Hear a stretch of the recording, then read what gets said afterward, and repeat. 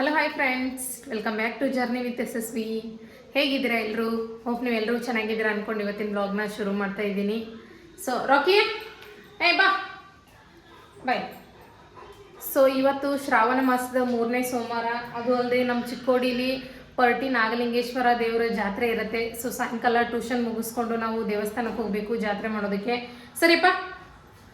So ಇವತ್ತು ನಂದು ಉಪವಾಸ ಇರೋದ್ರಿಂದ ಸಾಬುದಾನಿ ತಿಂತಿದ್ದೆ ಪ್ರತಿ ವಾರನೂ. ಈ ವಾರ ಒರೆದಕ್ಕಿಯಿಂದ ಪಲಾವ್ ಮಾಡ್ತಾಯಿದ್ದೀನಿ. ಇದೇ ನೋಡಿ ಒರೆದಕ್ಕಿ ಈ ಥರ ಇರುತ್ತೆ. ಸೊ ಇದು ಒರೆದಕ್ಕಿ. ಹಾಗೆ ಇಲ್ಲೆಲ್ಲ ಪಲಾವ್ ಐಟಮ್ಸ್ನ ಇಟ್ಕೊಂಡಿದ್ದೀನಿ. ಇದು ಉಪವಾಸದ ಉಪ್ಪು.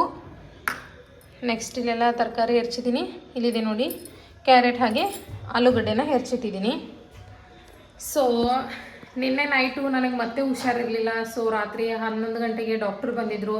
ಸೊ ಡಾಕ್ಟ್ರು ಬಂದು ಇಂಜೆಕ್ಷನ್ ಎಲ್ಲ ಮಾಡಿ ಹೋದರು. ಅದಾದಮೇಲೆ ಕಡಿಮೆ ಆಗಿದೆ. ಸೊ ಇವತ್ತು ಹೆಲ್ದಿಯಾಗಿ ಊಟ ಮಾಡಿ ಅಂತ ಹೇಳಿದ್ದಾರೆ ಅವರು. ಆದರೆ ಇವತ್ತು ನಂದು ಉಪವಾಸ. ಮತ್ತು ಸಾಬುದಾನಿ ಅದು ತಿಂದರೆ ಹೀಟ್ ಆಗುತ್ತೆ ಅಂತ ಹೇಳಿ ನಾನು ಅದನ್ನು ತಿನ್ನೋಕ್ಕೆ ಹೋಗಲಿಲ್ಲ. ಹಾಗಾಗಿ ಒರೆದಕ್ಕಿಯಿಂದ ಪಲಾವ್ ಮಾಡಿದರೆ ಆಯಿತು ಅಂಥೇಳಿ ಇವಾಗ ಅದರದ್ದೇ ಪ್ರಿಪ್ರೇಷನ್ ಮಾಡ್ಕೊಳ್ತಾ ಇದ್ದೀನಿ. ಇವನು ಇಲ್ಲೇ ಇದ್ದಾನೆ ನೋಡಿ, ಒಳಗೆ ಬಂದಿದ್ದಾನೆ, ಕೂತ್ಕೊಂಡಿದ್ದಾನೆ. ಯಾವಾಗ ಓಡಾಡ್ತಾನೆ ಯಾವಾಗ ಕೂತ್ಕೊಳ್ತಾನೆ ಹೇಳೋಕ್ಕಾಗಲ್ಲ. ಸೊ ಟೈಮ್ ಬಂದು 2:30 ಆಗಿದೆ ಇವಾಗ. ಸೊ ಇವತ್ತು ಮಧ್ಯಾಹ್ನ ಬ್ಲಾಗ್ನ ಸ್ಟಾರ್ಟ್ ಮಾಡ್ತಾಯಿದ್ದೀನಿ. ಇವಾಗ ಪಲಾವ್ ಮಾಡಬೇಕು. ಸೊ ಪಲಾವ್ನ ಯಾವ ಥರ ಮಾಡೋದು ಒರೆದಕ್ಕಿಯಿಂದ. ಹಾಗೆ ಇದು ಉಪವಾಸಕ್ಕೆ ತಿನ್ನೋದಕ್ಕೆ ಯೋಗ್ಯವಾಗಿದೆ. ಹಾಗೆ ನನಗೆ ಸ್ವಲ್ಪ ಎನರ್ಜಿ ಬೇಕು ಇವಾಗ, ಯಾಕಂದರೆ ಟ್ಯಾಬ್ಲೆಟ್ಸ್ ತೊಗೊಳ್ಬೇಕು. ಹಾಗಾಗಿ ಪಲಾವ್ ಮಾಡಲೇಬೇಕಾಗಿದೆ. ಒರೆದಕ್ಕಿಯಿಂದ ಪಲಾವ್ ಮಾಡಿಕೊಂಡು ತಿಂತೀನಿ. ಸೊ ಯಾವ ಥರ ಮಾಡೋದು ಅನ್ನೋ ರೆಸಿಪಿನ ನಿಮ್ಮೊಟ್ಟಿಗೆ ಶೇರ್ ಮಾಡ್ತೀನಿ. ವಿಡಿಯೋನ ಸ್ಕಿಪ್ ಮಾಡದೆ ಪೂರ್ತಿಯಾಗಿ ನೋಡಿ. ಸೊ ಫ್ರೆಂಡ್ಸ್, ಪಲಾವ್ ಮಾಡೋಕ್ಕೆ ಮೊದಲಿಗೆ ಎಣ್ಣೆನ ಹಾಕ್ಕೊಳ್ಳಿ. ಸೊ ಎಣ್ಣೆ ಬಿಸಿ ಆಗಬೇಕು, ಬಿಸಿ ಆಗಲಿ ಅದು.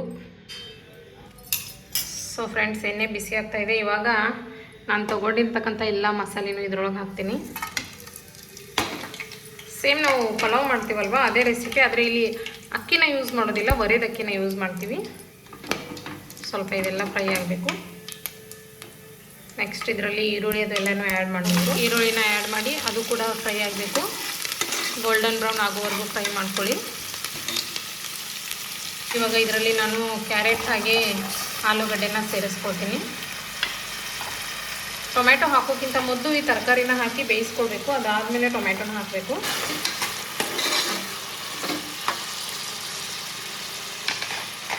ಸೊ ಈ ಕಡೆ ನಾನು ಅಡುಗೆ ಮಾಡ್ತಾಯಿದ್ದೀನಿ. ಇವನು ನೋಡಿ ಮಲಗಿದ್ದಾನೆ. ಸೊ ಫ್ರೆಂಡ್ಸ್, ಇವಾಗ ಟೊಮೆಟೊ ಎಲ್ಲ ಆ್ಯಡ್ ಮಾಡಿದ್ದೀನಿ. ಸೊ ಟೊಮೆಟೊ ಎಲ್ಲ ಕೂಡ ಚೆನ್ನಾಗಿ ಫ್ರೈ ಆಗಿದೆ. ಹಾಗೆ ಇದರಲ್ಲಿ ಖಾರಕ್ಕೆ ನೀವು ಮೆಣಸಿನ್ಕಾಯಿನ ಬಳಸ್ಬೋದು. ನಾನಿಲ್ಲೇನೂ ಬಳಸ್ತಾ ಇಲ್ಲ, ಖಾರ ಬೇಡ ಅಂತ ಹೇಳಿ ಸಪ್ಪಗೆ ಮಾಡ್ತಾ ಇರೋದು. ಇವಾಗ ಇದಕ್ಕೆ ಒರೆದಕ್ಕಿನ ಮಿಕ್ಸ್ ಮಾಡಬೇಕು. ಇದನ್ನು ಕೂಡ ಒಂದು ಸ್ವಲ್ಪ ಫ್ರೈ ಮಾಡ್ಕೊಳ್ಬೇಕು ಇವಾಗ ಎಣ್ಣೆಯಲ್ಲಿ.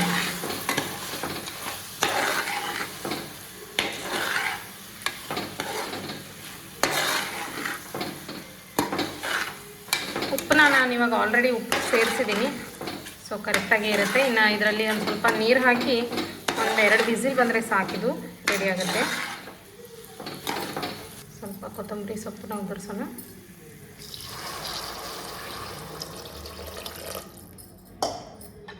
ಸೊ ನೀರನ್ನು ಹಾಕಿದ್ದೀನಿ ಇವಾಗ. ಅಂದಾಜು ನೋಡಿ ನೀರು ಹಾಕಿ. ಸೊ ಉಪ್ಪಿಟ್ಟು ಮಾಡೋದಕ್ಕೆ ಯಾವ ಥರ ನೀರು ಬೇಕಲ್ಲ ಅದೇ ಥರ.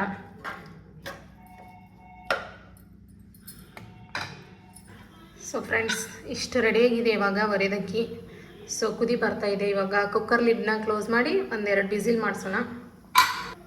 ಸೊ ಕುಕ್ಕರ್ ಲಿಡ್ ಕೂಡ ಕ್ಲೋಸ್ ಆಯಿತು. ರೆಡಿ ಆದಮೇಲೆ ಯಾವ ಥರ ಬಂದಿರುತ್ತೆ ಪಲಾವ್, ಯಾವ ಥರ ಕಾಣಿಸುತ್ತೆ ಅಂತ ತೋರಿಸ್ತೀನಿ. ವಿಡಿಯೋನ ಸ್ಕಿಪ್ ಮಾಡಬೇಡಿ. ಸೊ ಫ್ರೆಂಡ್ಸ್, ಕುಕ್ಕರ್ ಲಿಡ್ನ ಕ್ಲೋಸ್ ಮಾಡಿಬಿಟ್ಟು ಗ್ಯಾಸ್ ಆನ್ ಮಾಡಿ ಬಂದು ಕೂತಿದ್ದೀನಿ ಇಲ್ಲಿ ಹಾಲಲ್ಲಿ. ಸೊ ನಮ್ಮ ಬಾಸ್ ಮೂವಿ ಇದೆ, ಲಾಲಿ ಹಾಡು. ಆ ಮೂವಿನ ನೋಡ್ತಾ ಇದ್ದೀನಿ ನೋಡಿ. D boss.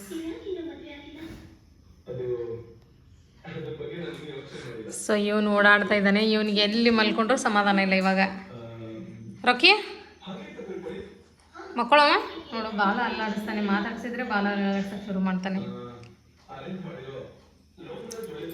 So friends, cooker whistle ತಣ್ಣಗಾಗಿದೆ. ಸ್ಮೆಲ್ ಅಂತೂ ಸಖತ್ತಾಗಿ ಬರ್ತಾಯಿದೆ ಪಲಾವ್ದು. ಸಖತ್ತಾಗಿ ರೆಡಿಯಾಗಿದೆ. ಇವಾಗ ಸರ್ವಿಂಗ್ ಪ್ಲೇಟಿಗೆ ಹಾಕಿ ಸರ್ವ್ ಮಾಡೋಣ. ಟೈಮ್ ತುಂಬ ಆಗಿದೆ, ತಿಂದುಬಿಡೋಣ ಇವಾಗ. ನೀರೆಲ್ಲ ಮೆಜರ್ಮೆಂಟ್ ಕರೆಕ್ಟಾಗಿ ನೋಡ್ಕೊಂಡು ಹಾಕಿ ಚೆನ್ನಾಗಾಗುತ್ತೆ. ಹಾಗೆ ತಿನ್ನೋಕ್ಕೂ ಕೂಡ ತುಂಬ ಹೆಲ್ದಿ ಇದು. ಸೊ ವರೇದಕ್ಕಿ ಪಲಾವ್ ಟೇಸ್ಟ್ ಮಾಡಿ ನೋಡೋಣ ಬನ್ನಿ ಯಾವ ಥರ ಆಗಿದೆ ಅಂಥೇಳಿ. ಸೊ ಫ್ರೆಂಡ್ಸ್, ಪಲಾವ್ ರೆಡಿಯಾಗಿದೆ. ಟೈಮ್ ಇವಾಗ 3:15 ಆಗಿದೆ. ಟೈಮ್ ಕಾಣಿಸ್ತಿದೆ ಅಂದ್ಕೊಳ್ತೀನಿ.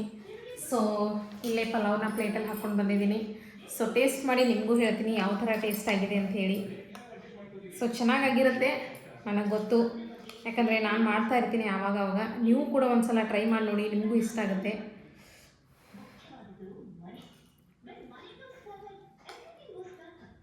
ವಾವ್, ಸೂಪರ್ ಆಗಿದೆ ನೋಡಿ ಫ್ರೆಂಡ್ಸ್. ವರೇದಕ್ಕಿ ಪಲಾವ್ ಮಸ್ತ್ ಆಗಿದೆ, ನೀವು ಒಂದು ಸಲ ಟ್ರೈ ಮಾಡಿ.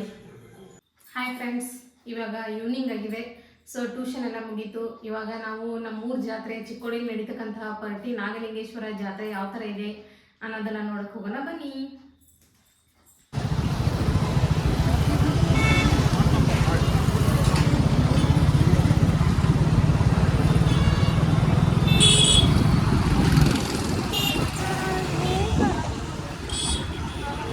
ಗಾಯ್ಸ್, ಇದೆ ನೋಡಿ ಪರ್ಟಿ ನಾಗಪ್ಪಂದು ಮುಖ್ಯ ದ್ವಾರ.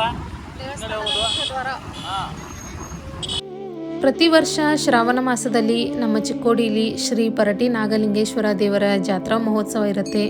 ಅದೇ ಥರ ಈ ವರ್ಷ ಕೂಡ ಜಾತ್ರೆ ಇದೆ. ಸೊ ನಾವು ದೇವಸ್ಥಾನದ ಒಳಗಡೆ ಬಂದರೆ ಇಲ್ಲಿ ಮುಖ್ಯವಾಗಿ ನೋಡ್ಬೋದು ರಂಗೋಲಿ, ಹಾಗೆ ಶಿವಲಿಂಗ, ಶಿವನ ಮೂರ್ತಿ ಎಲ್ಲನೂ ಎಷ್ಟು ಚೆನ್ನಾಗಿ ಮಾಡಿದ್ದಾರೆ ಅಂಥೇಳಿ. ಇದಂತೂ ಮುಖ್ಯವಾದ ಒಂದು ಅಟ್ರ್ಯಾಕ್ಷನ್ ಅಂತ ಹೇಳ್ಬೋದು. ಹಾಗೆ ಒಳಗಡೆ ಗರ್ಭಗುಡಿಯಲ್ಲೂ ಕೂಡ ಡೆಕೋರೇಷನ್ನ ತುಂಬ ಚೆನ್ನಾಗಿ ಮಾಡಿದರು. ಸೊ ಇದೇ ನೋಡಿ ನಮ್ಮ ಪರಟಿ ನಾಗಲಿಂಗೇಶ್ವರ ದೇವರು. ಸೊ ದೇವರ ದರ್ಶನ ಎಲ್ಲ ಮುಗಿಸ್ಕೊಂಡು ನಾವು ಕೂಡ ಹೊರಗಡೆ ಬಂದ್ವಿ. ಹೊರಗಡೆ ಬಂದರೆ ಕ್ರೌಡ್ ಅಂತೂ ಏನು ಕೇಳ್ತೀರಾ, ಫುಲ್ ಕ್ರೌಡಾಗಿತ್ತು. ಹಾಗೆ ತುಂಬ ವಿಶೇಷವಾದಂತಹ ಫನ್ ಗೇಮ್ಸ್ ಬಂದಿದ್ವು. ಚಿಕ್ಕವರಿಗೆ ದೊಡ್ಡವರಿಗೆ ಎಲ್ರಿಗೂ ಆಟ ಆಡೋದಕ್ಕೆ ಫನ್ ಗೇಮ್ಸ್ ಎಲ್ಲ ಬಂದಿದ್ವು. ಸೊ ನಾವು ಕೂಡ ಎಲ್ಲ ನೋಡ್ಕೊಂಡ್ವಿ. ಜಾಸ್ತಿ ಏನು ಆಟ ಆಡೋಕ್ಕೆ ಹೋಗಲಿಲ್ಲ, ಯಾಕಂದರೆ ಬೆಳಗ್ಗೆಯಿಂದ ಉಪವಾಸ ಇತ್ತು. ಹಾಗಾಗಿ ಏನೂ ಮನಸ್ಸಿರಲಿಲ್ಲ ಆಟ ಆಡೋದಕ್ಕೆ. ದೇವರ ದರ್ಶನ ಮಾಡ್ಬೇಕಂತೇಳಿ ಬಂದಿದ್ದು ಮುಖ್ಯವಾಗಿ. ಸೊ ದರ್ಶನ ಚೆನ್ನಾಗಾಯಿತು. ಅದಾದಮೇಲೆ ಈ ಚಿಕ್ಕ ಮಕ್ಕಳ ಆಟ ನೋಡಿದ ತಕ್ಷಣ ನಮ್ಮ ಸಾರ್ಥಕ್ ನೆನಪಾದ. ಅವನು ಇದ್ದಿದ್ರೆ ಅವನು ಸ್ವಲ್ಪ ಎಂಜಾಯ್ ಮಾಡ್ತಿದ್ದ ಅಂಥೇಳಿ. ಸದ್ಯಕ್ಕೆ ಅವನು ಇಲ್ಲಿಲ್ಲ, ಚಿಕ್ಕೋಡಿಲಿ ಊರಿಗೆ ಹೋಗಿದ್ದಾನೆ. ಸೊ ಫ್ರೆಂಡ್ಸ್, ಇದೇ ನೋಡಿ ನಮ್ಮ ಚಿಕ್ಕೋಡಿಲಿ ನೆರವೇರ್ತಕ್ಕಂತಹ ಜಾತ್ರೆ. ಹೋಪ್ಸೋ ನಿಮಗೆ ನಮ್ಮ ಈ ವ್ಲಾಗ್ ಇಷ್ಟ ಆಗಿದೆ ಅಂದ್ಕೊಳ್ತೀನಿ. ಇಷ್ಟ ಆದರೆ ಲೈಕ್ ಮಾಡೋದನ್ನು ಮರಿಬೇಡಿ. ಮತ್ತೆ ನೆಕ್ಸ್ಟ್ ವ್ಲಾಗಲ್ಲಿ ಸಿಗೋಣ. Thanks for watching.